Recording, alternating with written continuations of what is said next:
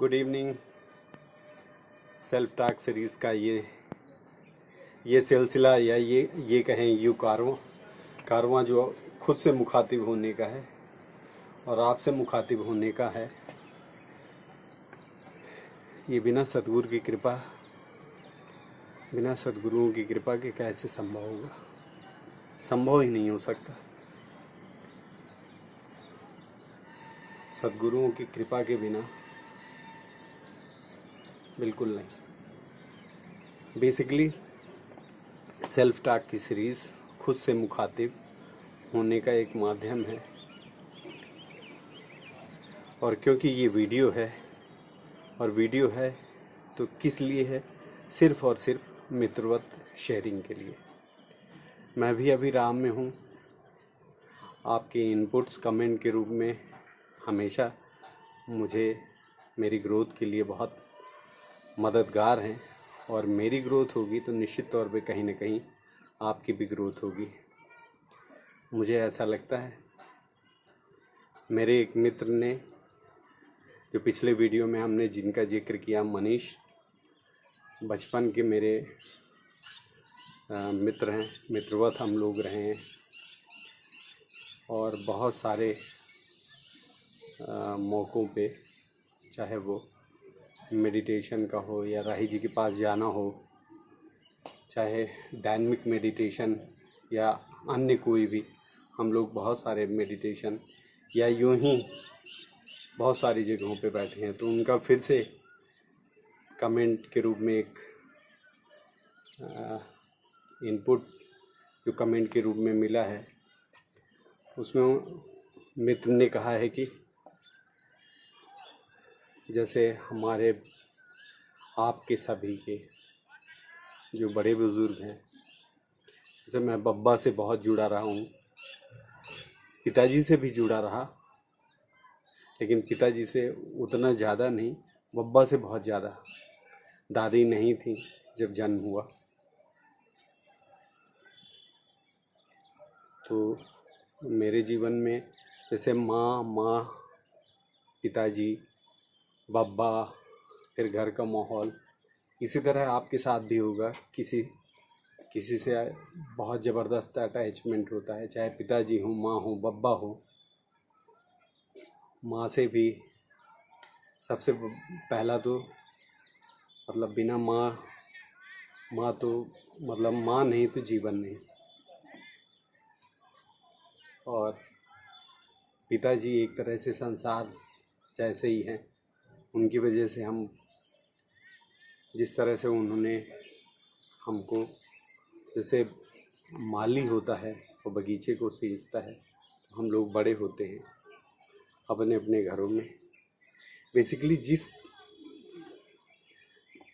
चीज़ के लिए उन्होंने, हमारे मित्र ने कहा, वो है कि क्योंकि आज उनके पिताजी नहीं हैं, और इत्तेफाक है कि मेरे भी पिताजी नहीं हैं, और बहुत मिस करते हैं मनीष पिताजी को। मैं भी अपने पिताजी को मिस करता हूँ, इवन बब्बा को भी। तो बेसिकली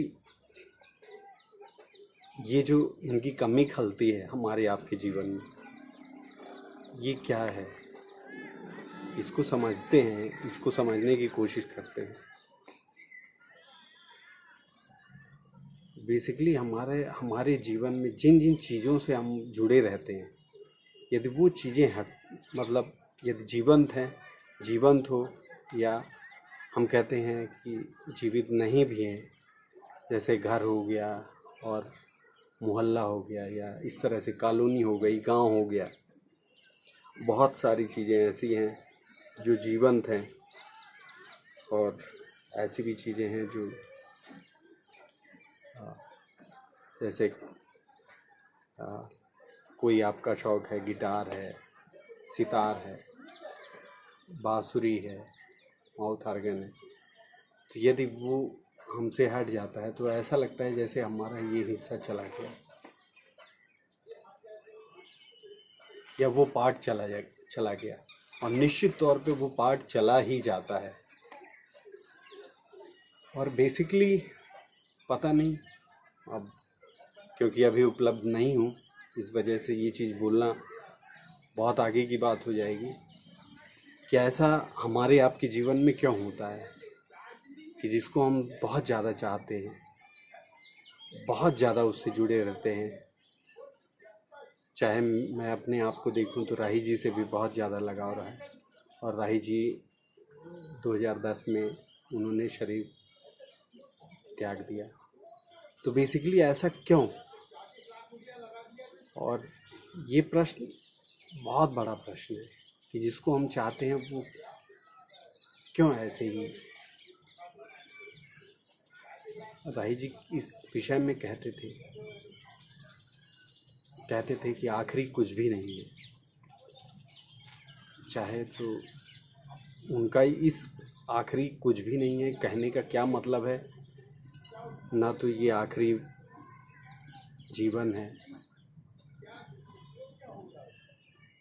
क्योंकि जिस भी दिन उपलब्ध होंगे हो सकता है एक नई यात्रा शुरू हो जाए उपलब्ध होने के बाद, जिसके बारे में आज हमको पता नहीं है।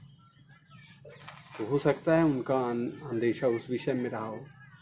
तो लौट के फिर आते हैं कि आखिर इस तरह से जो लोग हमारे जीवन के हैं, मतलब जिन्होंने हमको राह दिखाई, उंगली पकड़ के चलना सिखाया, अनायास ही वो नहीं रहते हमारे बीच में, और जीवन भर तड़प तड़प के याद आती है, बहुत याद आती है।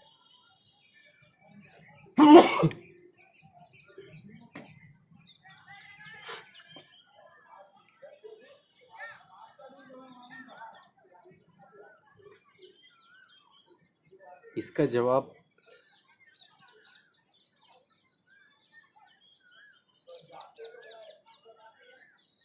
अभी तो नहीं दिया जा सकता, लेकिन कुछ ना कुछ तो है। आखिर ईश्वर ने ऐसा, या जो भी है ईश्वर या ऐसी सत्ता या भगवान या जो भी आप नाम देने, अल्लाह, परवरदिगार या गॉड या जो भी, कोई ना कोई है। क्योंकि अब जैसे मैंने शुरुआत में ही बताया कि मेरा जन्म हुआ दादी नहीं थी, आज बब्बा भी नहीं है, पिताजी भी नहीं है, ऐसे ही हमारे मित्र के मनीष के पिताजी नहीं हैं और वो मिस कर रहे हैं।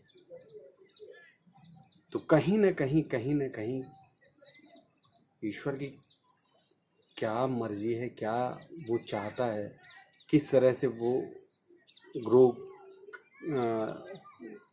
ग्रो होते हुए हमको देखना चाहता है, या वो आगे हमारे लिए क्या दिशा निर्देश हैं, या क्या होने वाला है या क्या होगा, ये सब भविष्य के गर्भ में है। और क्योंकि हम वर्तमान को ही नहीं जान पा रहे हैं, तो भूत और भविष्य की बात पूरी तरह से बेमानी है। मैं फिर वही बात कहूँगा कि return to the self first.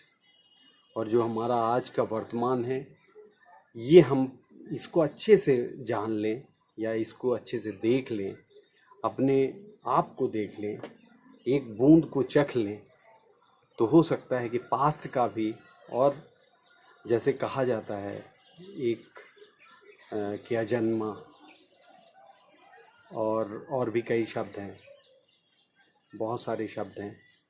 तो जिस भी दिन उपलब्ध होते हैं या मनुष्य या मानव जीवन में उपलब्धता आती है, वैसे तो सारे सद्गुरु या इवन सारे सद्गुरुओं का ना कहें तो ओशो तो स्पष्ट रूप से कह रहे हैं कि उपलब्ध तो आप हो ही, मतलब उपलब्ध तो मानव है ही, सिर्फ विस्मृत है।